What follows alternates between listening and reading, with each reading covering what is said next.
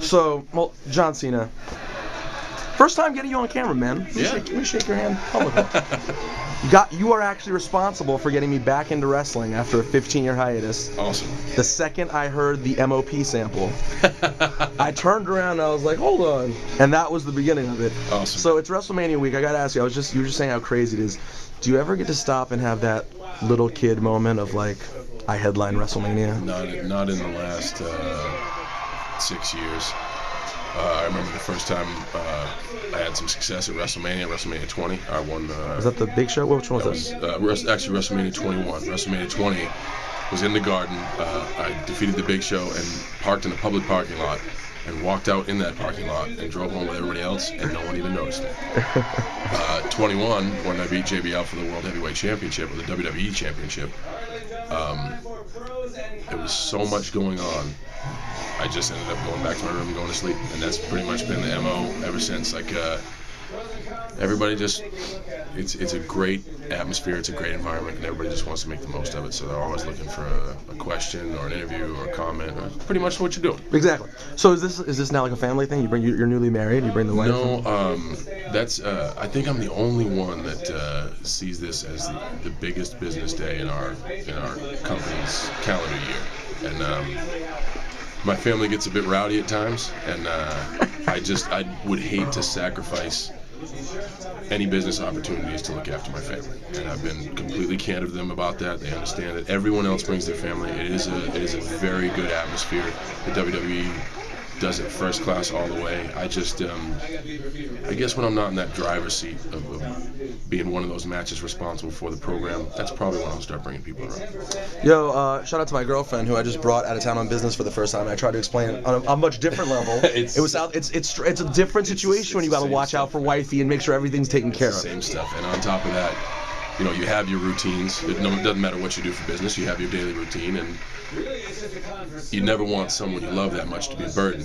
But when it comes to a pressure situation like that, you'd hate for a great day like that to be ruined because somebody gets in the way of your daily routine. So, I don't know if you've noticed this. Batista's a bad guy. Yeah. Well, to me, he is.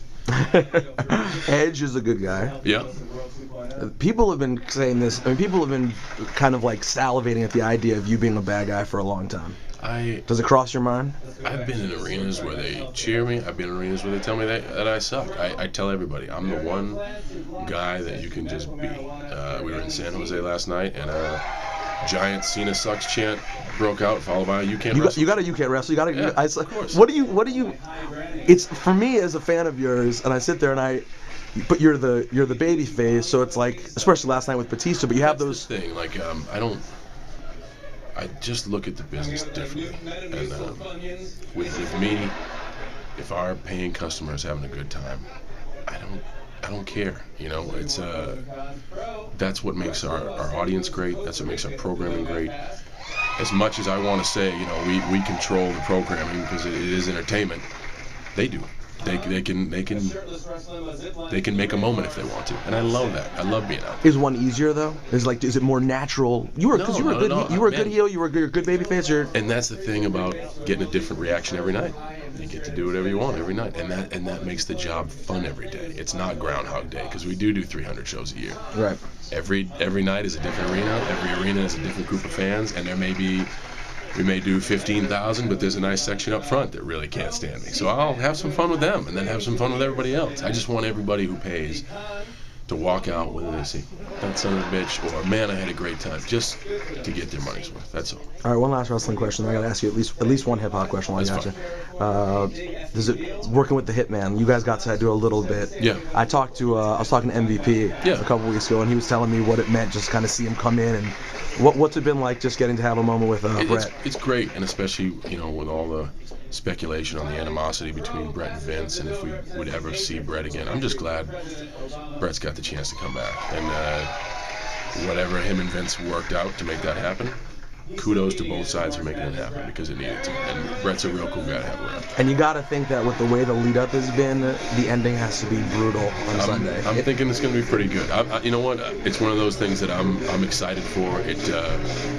And we have a much younger audience, but it's kind of culturing them to the really rich tradition of the past of the WWF. Like, Bret the Hitman Hart has been reintroduced to a lot of our younger fans who may not have known who he was. And within 4 weeks, he's a star again. Dude, yesterday they really popped for him yesterday. It's awesome, and it's good to see that. It's the right thing, especially the way that he left, for him to come back and be able to go down the ramp on Monday Night Raw, and for the people to go nuts. For me, that's a cool thing to see. Yeah, that January 4th, him and Shawn to start Raw. Yeah, man. That's a cool deal. Okay, last thing. What was name a couple of your top 5 favorite hip hop albums of all time. I'm not going to say to name one. They will be loaded with. I love the Black album, Jay-Z's Black album. Kanye West's first release. I think. Beastie Boys' License to Ill, definitely. Straight Outta Compton. And Doggy Style. Oh, that's not bad. That's 5 albums. Yeah. I just. You still a hip hop head today? I am dabbling with everything. I have found a home in country western music. Interesting. Just because every song is about not the size of your bankroll, but how much you're on the road. They're always traveling. They're always missing home. It's more kind of a tale of what we do. Those guys toured a lot for no money. Country music is more about playing the music than it is any sort of financial success to most of the artists. Right, that said, from country, you still ever talk to Bumpy Knox? I'm actually going to record a track with him tonight. Yeah. I saw him mention something on Twitter. I was like, no way. I'm going to do his internet show tonight, and we're going straight from here to there, and then we're going to record the title track to the new movie I got come out in September called Legendary. Wow. They asked me to do a song. I said I'll do it under one condition, as long as Bumpy Knox is involved. Yo, hustle, loyalty, respect. I appreciate that. Hip hop. John Cena, good luck, man. Really looking forward to this match with Batista. Cool, man.